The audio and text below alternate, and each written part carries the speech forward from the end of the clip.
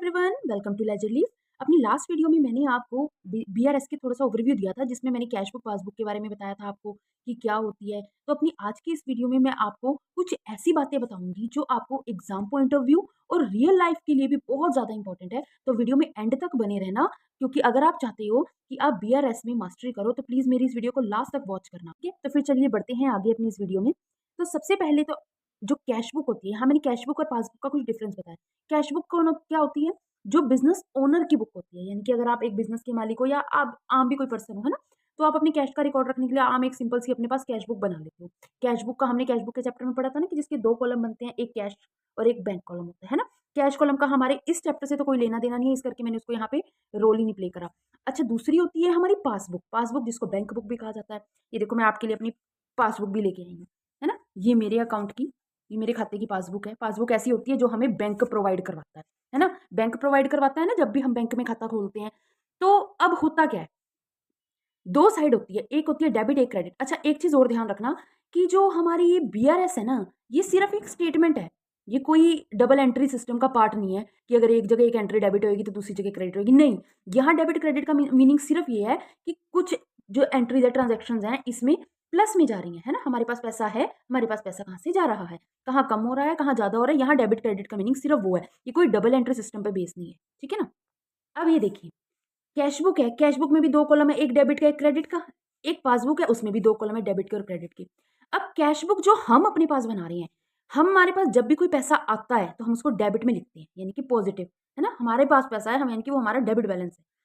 पर जो पासबुक होती है, जो बैंक एंट्री करता है ना, वो हमेशा क्रेडिट में प्लस करता है। इसका भी बहुत अच्छा डिफरेंस है। इसका भी रीजन क्या है कि जो कैश बुक में जब हम डेबिट करते हैं कि हमारे पास पैसा है, ठीक है, तो डेबिट व्हाट कम्स इन, ठीक है।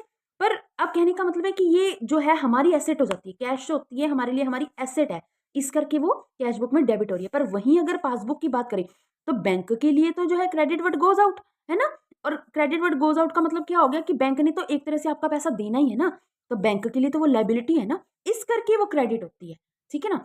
तो ये तो मेन इसका डिफरेंस होता है कि क्यों यहाँ पॉजिटिव हो रहा है, यहाँ क्रेडिट हो रहा है। बिल्कुल रिवर्स एंट्रीज चलती हैं। कोई चीज जो यहाँ डेबिट है, यानी कि अगर हमारे पास पैसा है तो हम अपनी कैश बुक में डेबिट करेंगे, और बैंक बुक में वो हमेशा क्रेडिट होता है। अब इसके बाद बीआरएस के अकॉर्डिंग क्या होता है? बीआरएस का मतलब क्या हो रहा है कि हमने अपनी बैंक रिकंसिलिएशन स्टेटमेंट, यानी कि जो हमारे कैश बुक और बैंक बुक के बैलेंसेस हैं, हमने उसको मैच करना है, वो बीआरएस है ना। अब अगर कैश बुक का पॉजिटिव बैलेंस यानी कि डेबिट और बैंक बुक का पॉजिटिव बैलेंस यानी कि क्रेडिट, इन दोनों को पॉजिटिव बैलेंसेस को हम लोग कहते हैं फेवरेबल बैलेंस। ये आपने ध्यान रखना है। डेबिट सॉरी पॉजिटिव बैलेंस जो होते हैं वो होते हैं फेवरेबल बैलेंस। और उसी के दूसरी तरफ जो कैश बुक का क्रेडिट और बैंक का डेबिट बैलेंस जो होता है, उसको हम अनफेवरेबल या फिर ओवरड्राफ्ट बोलते हैं। आपने देखा होगा जिसकी सीसी लिमिट होती है, यानी कि जो करंट अकाउंट खुलवाते हैं उनको ओवरड्राफ्ट की फैसिलिटी मिलती है। ओवरड्राफ्ट क्या होता है कि मान लीजिए 1 लाख रुपए का बैलेंस पड़ा है, पर वो जो बैंक का ओनर है, सॉरी जो बिजनेस ओनर है, वो 1.5 लाख तक की एंट्री कर रहा है, उसको ओवरड्राफ्ट मिल गया 50,000 का, है ना। जितना बैलेंस है उससे 50,000 रुपए ज्यादा। तो ये तो थे हमारे कैश बुक और पासबुक के डिफरेंस। आई होप आपको समझ आए होंगे। इसके बाद बहुत ही ज्यादा इंपॉर्टेंट मैं आपके लिए ना ये लेके आई हूँ, डिफरेंस क्या होता है, reasons of difference between two balances. अब जो ये दो बैलेंसेस है, कैश बुक के और बैंक बुक के यानी कि पासबुक के, इन दोनों में डिफरेंस आने का रीजन क्या होता है? मेन जो रीजन होते हैं तीन होते हैं। ड्यू टू टाइमिंग डिफरेंस, कि बाई चांस टाइमिंग में कोई प्रॉब्लम हुई है तो आ रहा है ये। दूसरा है रिकॉर्डेड बाय बैंक, बैंक ने तो रिकॉर्ड कर लिया but not by cash book, पर कैश बुक में नहीं अभी तक रिकॉर्ड हुआ, उसका क्या मतलब है ये भी अभी बताती हूँ। तीसरा होता है एररली, कि बाई चांस कोई बाय मिस्टेक कोई एरर हुई है जिसकी वजह से ये आया है। तो तीन मैंने बता दिया, due to timing difference, recorded by bank but not by cash book, और थर्ड इज एरर। चलो वन बाय वन करके समझाती हूँ आपको मैं ये। ड्यू टू टाइमिंग डिफरेंस, अब टाइमिंग डिफरेंस यानी कि कोई ना कोई टाइम में गड़बड़ होगी। जैसे recorded in cash book first, कहने का मतलब है कोई एंट्री ऐसी हुई, कोई ट्रांजेक्शन ऐसी हुई कि जो पहले कैश बुक में रिकॉर्ड कर दी, है ना। उसमें क्या हुआ कि बैंक में अभी प्रोसेस हुई नहीं, कैश बुक में तो कर दी वो पहले रिकॉर्ड, पर बैंक में अभी प्रोसेस नहीं हुई। एंट्री क्या बनती है, ट्रांजेक्शन क्या बनती है, check deposited but not yet credited. आप जानते हो चेक डिपॉजिट का मतलब क्या हुआ कि हमारे पास पैसे थे, वो हमने चेक के थ्रू बैंक में जमा करा दिए, है ना। पर बैंक ने उसको अभी तक क्रेडिट किया ही नहीं। क्रेडिट का मतलब अभी तक उसमें जमा की एंट्री हुई ही नहीं। क्यों नहीं हुई? बाई चांस ऐसा हो सकता है कि कोई गवर्नमेंट हॉलीडे आ गई, पब्लिक हॉलीडे आ गई, है ना, कुछ भी ऐसा आ गया कि बैंक में अभी तक वो चेक की एंट्री हुई नहीं, तो वो क्रेडिट नहीं हुआ। पहले होगी ना गड़बड़ कि कैश बुक में हमने तो अपनी तरफ से लिख दिया कि हाँ अभी मैंने अपने पैसे जमा करा दिए, पर बैंक ने नहीं उसे क्रेडिट किया। दूसरा, cheque issued but not yet presented. Cheque issue का मतलब क्या होता है, हमारे पास से पैसे चले गए, है ना, इशू कर दिया हमने चेक, तो हमारे पास से क्रेडिटर को पैसे चले गए, पर अभी तक वो प्रेजेंट ही नहीं हुए। हमने तो अपनी तरफ से दे दिया, यानी कि हमने अपनी कैश बुक में घटा दिया कि मैंने 5,000 रुपए दे दिए, पर बैंक ने नहीं उसे अभी तक प्रेज़ेंट किया। ठीक है? तो ये तो होगी 2 कि जब कैश बुक को फर्स्ट रिकॉर्डेड किया जाता है ना? मतलब सबसे पहले हमने अपनी कैश बुक में लिख दिया, बैंक बुक में कुछ हुआ ही नहीं।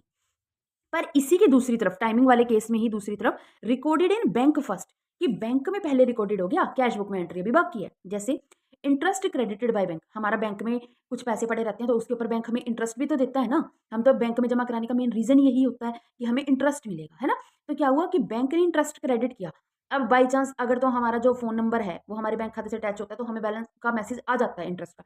अगर बाई चांस ना हो, है ना, तो क्या हुआ, बैंक ने तो अपने टाइम पे इंटरेस्ट दे दिया, पर क्या हुआ हमें नहीं पता लगा। तो बैंक बुक में यानी कि पासबुक में तो वो क्रेडिट हो गया, पर हमारी जो क्या कहती है कैश बुक है, हमने उसमें एंट्री नहीं करी, अभी होगी मिसमैच, है ना। दूसरा है बैंक चार्जेस डेबिटेड। अब बैंक हमें ये सर्विसेज दे रहा है तो इन सर्विसेज को लेके बैंक चार्जेस भी तो कट करेगा ना। तो बैंक ने उन चार्जेस को काट लिया। डेबिट का मतलब क्या होता है, पासबुक में डेबिट मतलब कि बैंक से पैसे कट गए हमारे बैंक खाते से। तो अब उसकी तो एंट्री होगी पर हमें पता नहीं लगा, फिर मिसमैच हो गया। डायरेक्ट पेमेंट्स बाय बैंक, मान लीजिए इसका मतलब क्या होता है डायरेक्ट पेमेंट बाय बैंक। मान लो कि आपने कुकू एफएम की सब्सक्रिप्शन ले रखी है ना। कुकू एफएम बहुत अच्छी एक ऑडियो ऐप है ना, ऑडियो बुक ऐप है। तो मान लीजिए आप स्टोरी सुनते हो, आपको बड़ा अच्छा लगता है, तो आपने कुकू एफएम की सब्सक्रिप्शन ली। अब आपने ऑटो डेबिट का उसके साथ सेटिंग कर रखी थी कि हर महीने अपने आप इस डेट को जाके वो पैसे कट हो जाएंगे। मान लीजिए आपके 290 रुपए ऑटो डेबिट हो गए, आपको पता नहीं लगा, है ना, ये डायरेक्ट पेमेंट होगी ना। अब बैंक में तो उसकी एंट्री होगी पासबुक में, पर आपने अपनी कैश बुक में नहीं करी, यहाँ बैलेंस मिसमैच आ गया, है ना। और लास्ट है इसका डायरेक्ट डिपॉजिट बाय कस्टमर। मान लीजिए आपके कस्टमर ने कोई पैसे देने थे आपको, उसने उसको तो याद था, आपको नहीं याद रहा, है ना, कि हाँ भी उसने मेरे से प्रॉमिस किया था कि इस डेट को मैं आपके खाते में पैसे डाल दूंगा। उसने क्या किया, डायरेक्टली विदाउट एनी इन्फॉर्मेशन आपके खाते में पैसे डाल दिए। आपका नंबर ऐड ही नहीं था खाते से, आपको पता नहीं लगा। जिस दिन आप गए जी बैंक में भी मेरी पासबुक को अपडेट कर दो, तब आपने देखा ये क्या भाई, मेरी कैश बुक के पैसे में ये 2,000 रुपये ज्यादा कैसे आ रहे हैं। आपने देखा ओ हो जब आपने एंट्री पड़ी, अच्छा ये तो उस कस्टमर के थ्रू पैसे आए हुए हैं। तब जाके आपने अपनी कैश बुक को ठीक किया, उस टाइम पे मिसमैच हुआ ना। तो ये तो था टाइमिंग का चक्कर ड्यू टू टाइमिंग डिफरेंसेस। ठीक है, आपको समझ आई ये बात। तो चलो मूव करते हैं next. Recorded by bank but note by cash. Bank ने कुछ चीजें ऑटोमेटिकली रिकॉर्ड कर देता है पर वो हमें कैश बुक में नहीं करी। जैसे interest allowed by bank, bank के द्वारा कोई इंटरेस्ट दिया जा रहा है आपको, बैंक ने कोई चार्जेस काट लिए जैसे सर्विसेज हमें दे रहा है। मान लो आपने कोई इंश्योरेंस करा रखा है, वो इंश्योरेंस कट गया। कोई लोन ले रखा है, उसका इंटरेस्ट कट गया। आपने कोई मान लीजिए फोन ले रखा है, उसकी ईएमआई कट गई, ठीक है ना, वो सब बैंक के द्वारा पेड कर दिया गया। डिसओनर ऑफ चेक, डिसओनर का मतलब क्या होता है, बैंक का मतलब वो जो चेक था वो आपका डिसओनर हो गया, किसी भी रीजन की वजह से हो सकता है कि बाई चांस आपके खाते में पैसे ही नहीं थे, वो डिसओनर हो गया, या कोई भी रीजन हो सकता है, ठीक है ना। तो क्या होता है, ये सारी एंट्रीज जो होती है वो क्या दिखाती है कि बैंक स्टेटमेंट अपडेटेड कैसे हुई, कि कैश बुक हमारी पेंडिंग रहेगी, है ना। बैंक स्टेटमेंट तो हमारी अपडेट होगी पर हमारी जो कैश बुक थी वो पेंडिंग रहेगी। क्यों? क्योंकि ये जो सारी एंट्रीज थी, ये जो सारी चीजें थी, वो बैंक तो अपने तरीके से करता रहा पर आपको नहीं पता लगी। आपकी कैश बुक में ऐसा कुछ हुआ नहीं तो आपका बैलेंस मिसमैच हो गया, है ना। और जो तीसरा पॉइंट था वो था एरर्स का। एरर्स कैसी हो सकती हैं? आपकी जैसे रॉन्ग अमाउंट, मान लीजिए कि 5,000 रुपए आपने अपने खाते में जमा कराए, ठीक है? आपके बैंक बैंक तो गलती नहीं कर रहा, बैंक ने तो 5,000 की एंट्री कर दी आपकी पासबुक में, बट आपने क्या करा, बाय मिस्टेक उसको 500 रुपए लिख दिया, तो आ गया 4500 रुपए का डिफरेंस, ठीक है ना? जिस वजह से आपकी स्टेटमेंट मिसमैच होगी, ठीक है? रॉन्ग साइड एंट्री, हुआ क्या?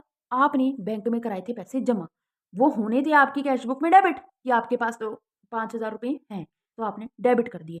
बट आपने गलती से उसको अपनी कैश बुक में क्रेडिट कर दिया, पर बैंक ने अपनी पासबुक में तो क्रेडिट ही कर रखा था, है ना? तो आपको वो एंट्री ठीक करनी पड़ेगी। अब होगी डबल एंट्री, मान लो 500-500 रुपए की आपने अपनी कैश बुक में 2 एंट्रियाँ कर दी, फिर क्या हो, फिर से बैलेंस मिसमैच हो गया।